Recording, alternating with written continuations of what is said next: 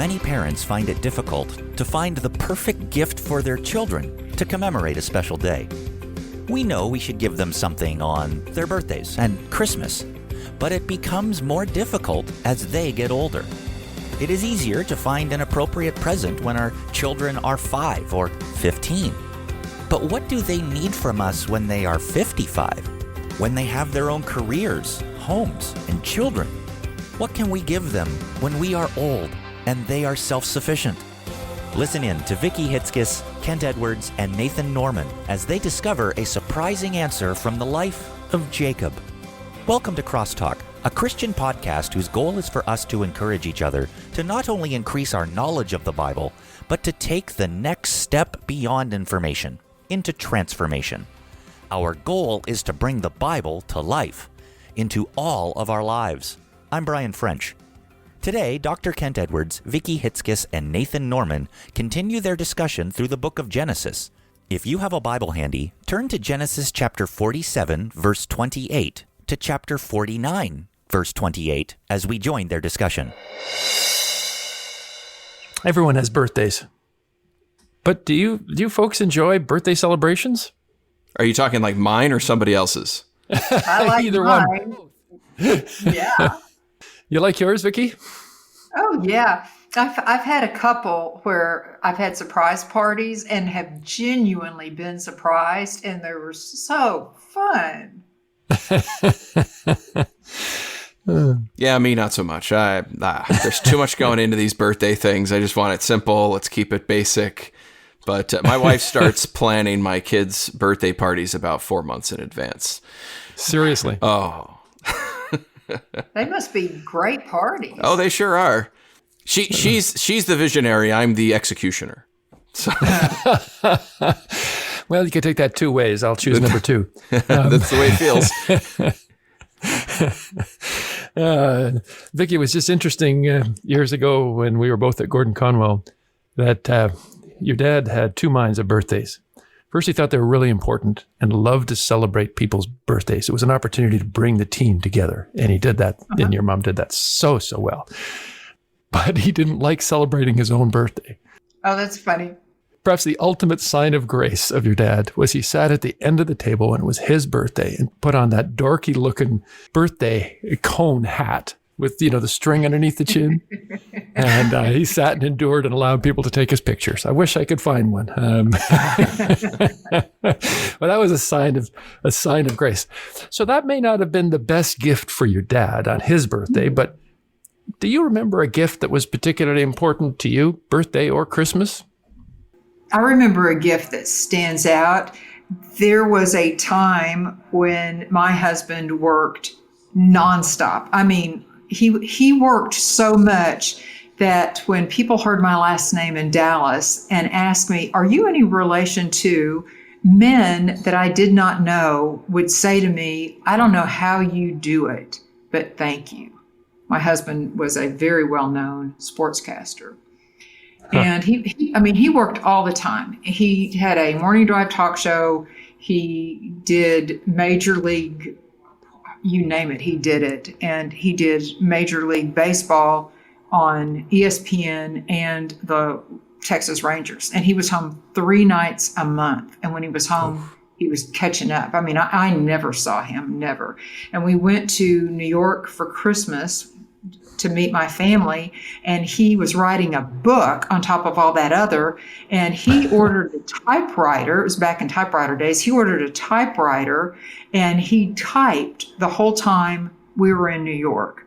Oh. And I came home. I was with my mom and dad, and I came in one night, and he had one of those blank books, and he left it on the bed, and I opened the book up, and it started something like this. It said, "If I die, you'll need to know if there's enough money, and if we have life insurance, and if the bank has enough to take care of you. You'll need to know if we have enough friends, and if we have enough to provide for you." And so he went through and he left all the names of all our accounts and who I needed to call and what I needed to do. And then he said, but don't ever wonder if I love you. And the title of the book was Your If Book.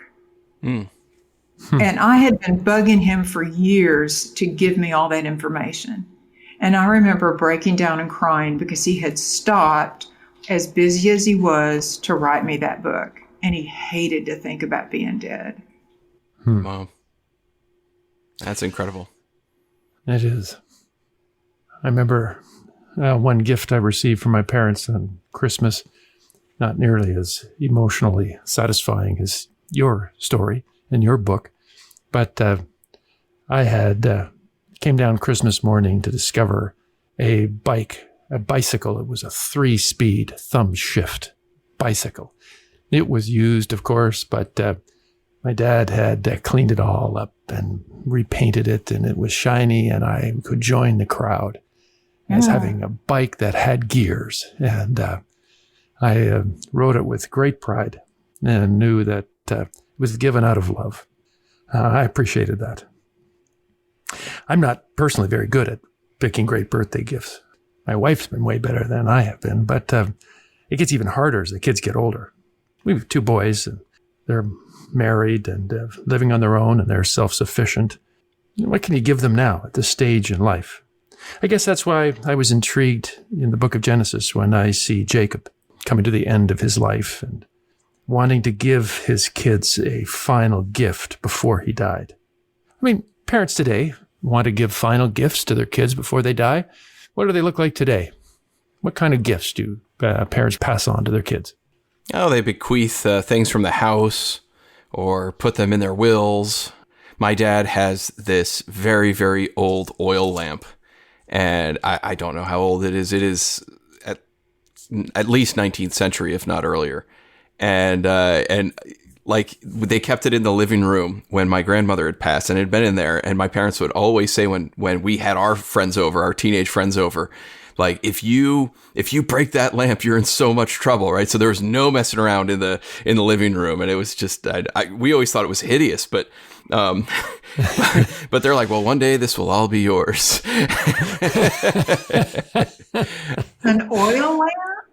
Yeah, this old oil lamp, and it's apparently worth a lot of money, and they've had people call them up out of the blue inquiring about it and if they can buy it, but it means so much to them, and we joke about what we'll do with it if we if we end up with it, but really, I mean, that lamp, I think, probably is the biggest object that connects my dad to his mom and dad, and it is very important. So whoever ends up getting it, I mean, that will be a incredible blessing or sign of a blessing to receive. Sure.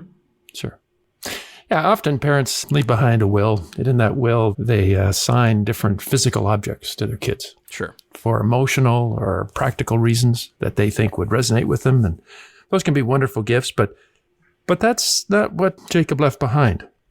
That's not his final gift to his sons. We start reading about this in chapter 48.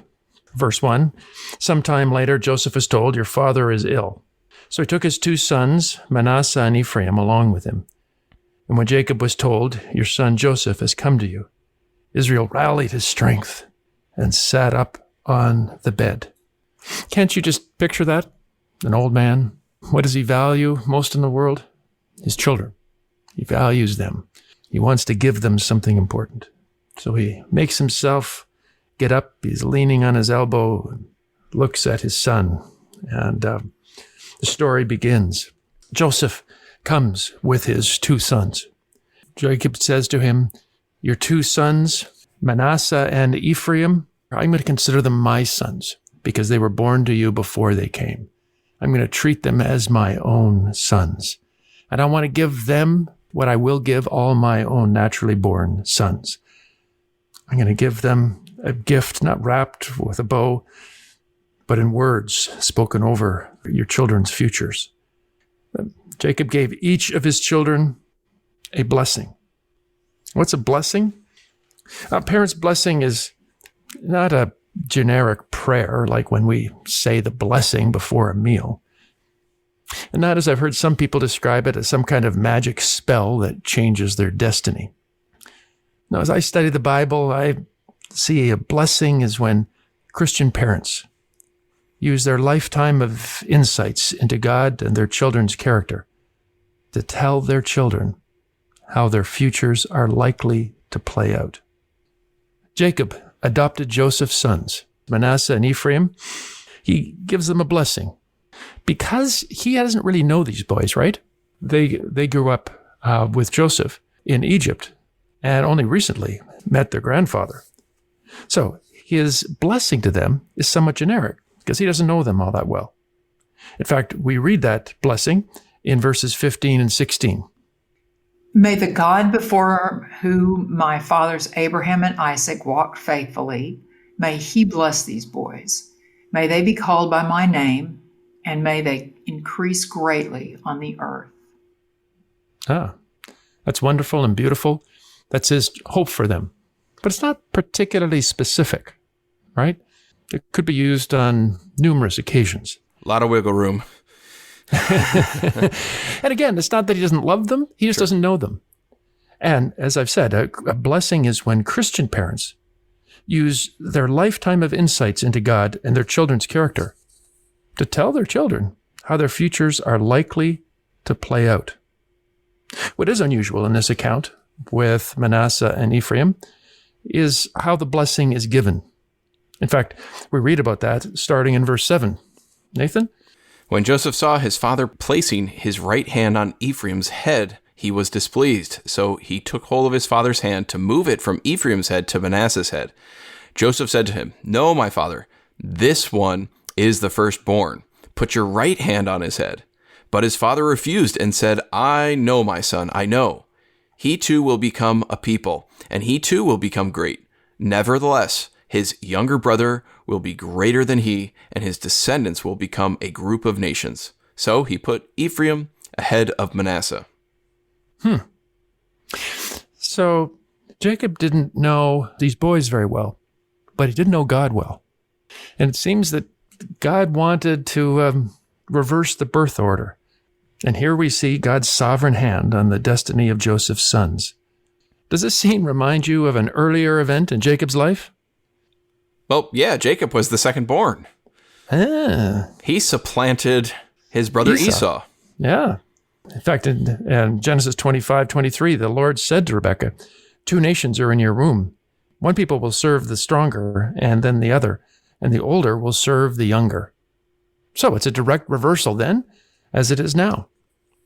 So that's kind of the exception. But as we go through, we see a series of examples of the typical blessing an aging parent would give their children. The first blessing that's mentioned is Reuben. And there he says, well, Vicki, would you read that for us? Yeah, I think this is really interesting. I wonder how he knew all this.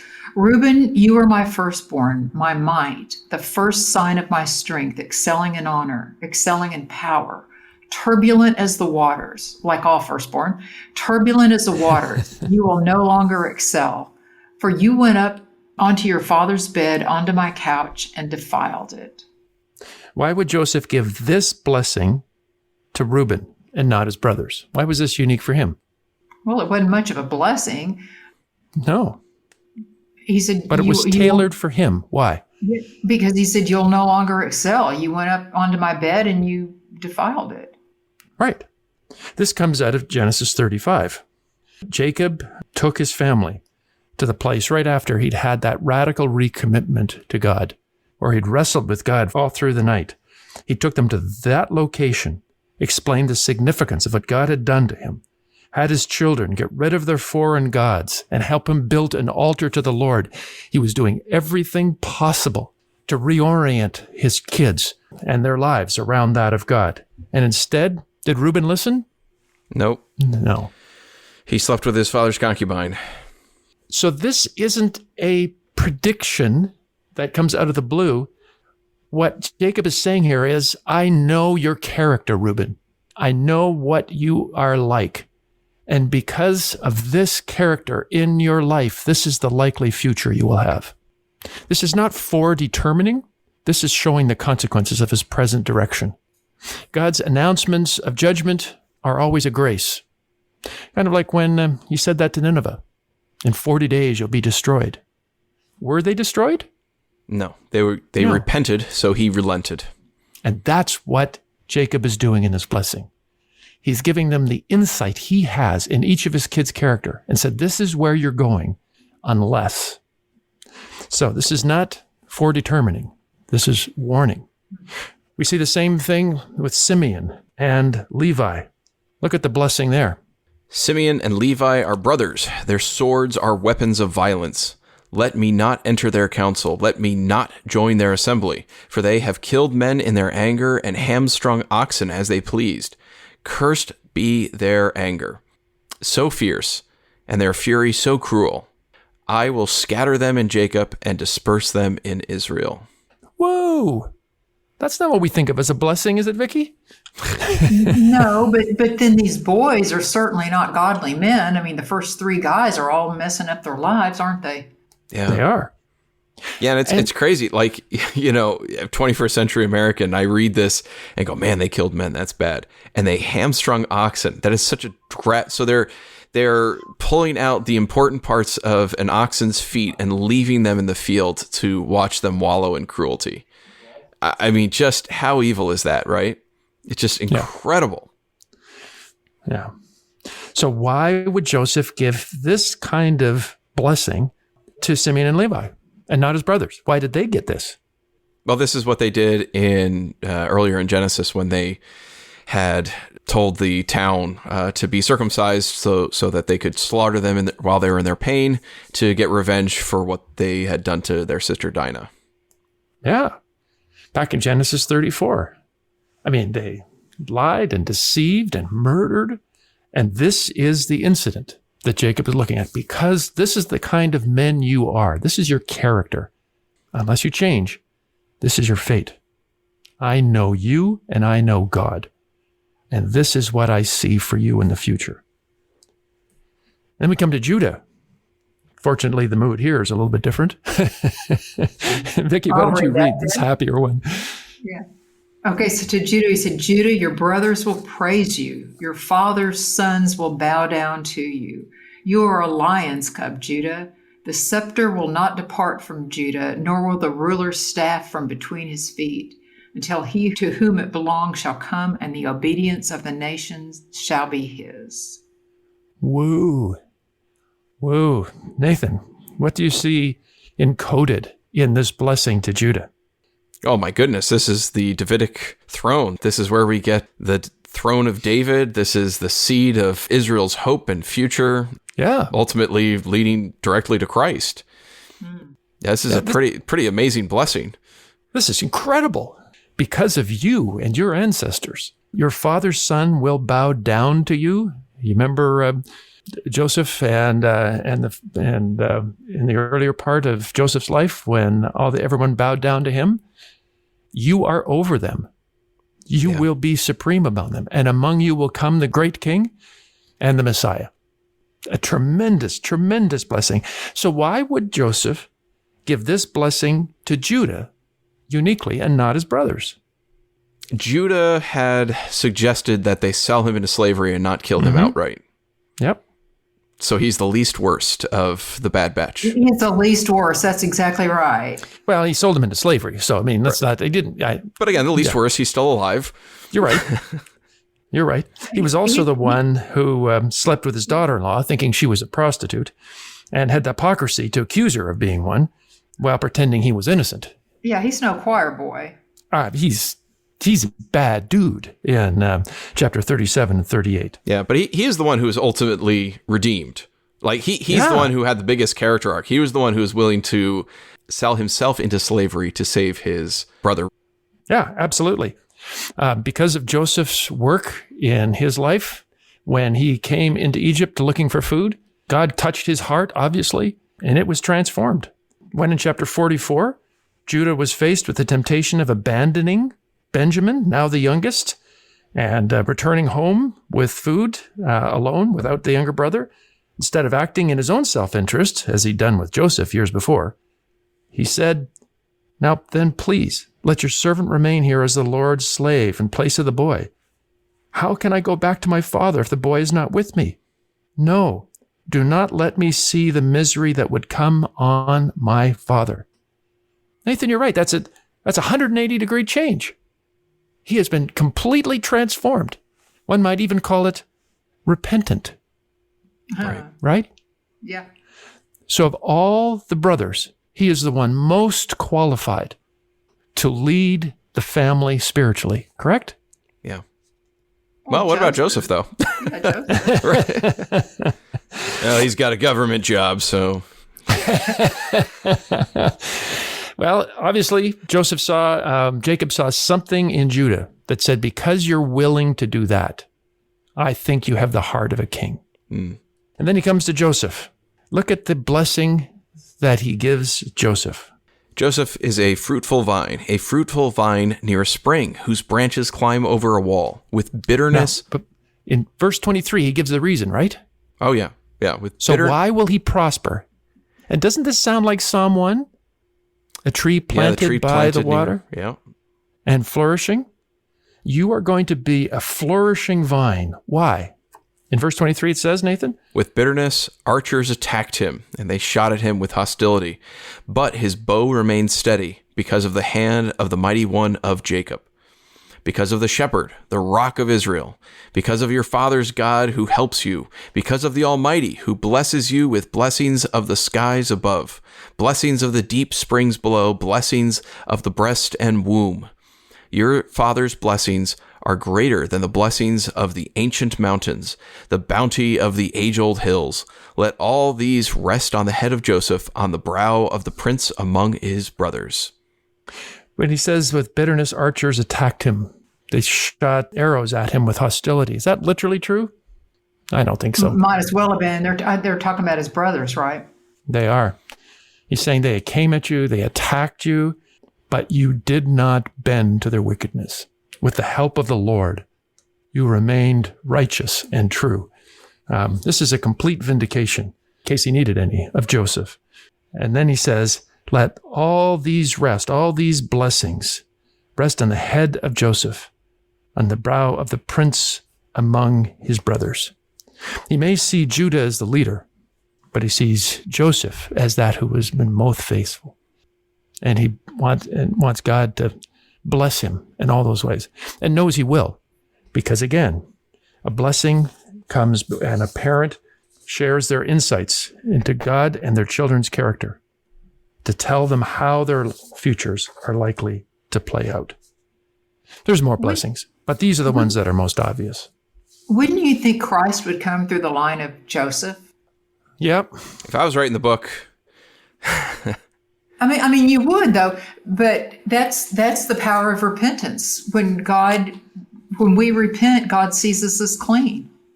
Yeah. Wow. Yeah, that's a great observation. It is. Yeah. And obviously he had leadership qualities. He was leading his brother down and up, right? Yeah. I mean, he was clearly looked up to. And because I think Jacob saw that, and he saw the moral restoration of Judah, then yes, I see God using you for all time in very significant ways. And Joseph, God's going to honor you for your faithfulness in ways you could never have imagined. And he did. So what does this mean for us? Here on our podcast, we want God's words, but we want to bring God's words to life, to our lives. Well, in chapter 49, verse 28, let me just remind you that all of these are the 12 tribes of Israel. And this is what their fathers said to him when he blessed them, giving each the blessing appropriate to him. Jacob didn't want to die.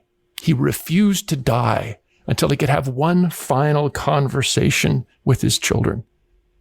He wanted to pass on the insights he had into God, into their life, and the futures he saw for them. This was a time for blunt honesty. In fact, it doesn't sound very religious, but when I was thinking about this, I couldn't help but think of Billy Joel's song, Honesty. The lyrics, some of them go like this. If you search for tenderness, it isn't hard to find. But if you look for truthfulness, you might just as well be blind. It always seems to be so hard to give. Honesty is such a lonely word. Everyone is so untrue. Honesty is hardly ever heard, and mostly what I need from you. But when I want sincerity, tell me where else can I turn? 'Cause you're the one I depend on. I think that's what our children want from us the most. They want us to give them guidance. They want us to pass on their wisdom to us in specific ways because they know God. They've walked with Him longer than we have, and they know us better than anyone. I experienced this. It was a couple of years ago now when my mother-in-law died after a long fight with ovarian cancer. She was the most godly woman I've ever met. Everyone I know respected her deep walk with the Lord. And as she knew the end was near, that she only had a day or two left, every one of us who were children, she invited us to the hospital, to her bedside. We had about 5 or 10 minutes. She wanted to tell us something, each one of us, individually, in a private conversation. She was giving us her blessing. After a lifetime of walking with the Lord and knowing us intimately and personally, she wanted to tell us what we needed to hear. For me, she said, don't work so hard. God doesn't only want workaholics. He wants us to enjoy life and enjoy Him. Find balance, Kent. Find balance. Friends, I don't know what your children need to hear, but don't just leave your children stuff when you die. Give them what they really need. Honesty. It's so hard to find. Be honest. Give them a blessing. Use your lifetime of insights into God's character and their character to explain to them how their futures are likely to play out, unless they listen and learn. Because your knowledge is power. It gives your children power to change. And the greatest gift we can give our children is honesty. May the last words you speak to them be the most impactful as you give them your blessing. What can you give your adult children? You can give them your character to bless them and warn them how their futures are likely to play out. I trust that today's discussion of God's Word has been helpful and served as an encouragement to not just be hearers of the Word, but doers. Together, let's bring God's Word to life, to our lives this week. The CrossTalk podcast is a production of CrossTalk Global, equipping biblical communicators so every culture hears God's voice. To find out more about this educational nonprofit organization, please visit www.crosstalkglobal.org. You can also support this show by rating it on Apple Podcasts or wherever you're enjoying it. Be sure to listen next Friday as we continue our discussion of the book of Genesis and discover how to go deeper in our relationship with God. You won't want to miss it.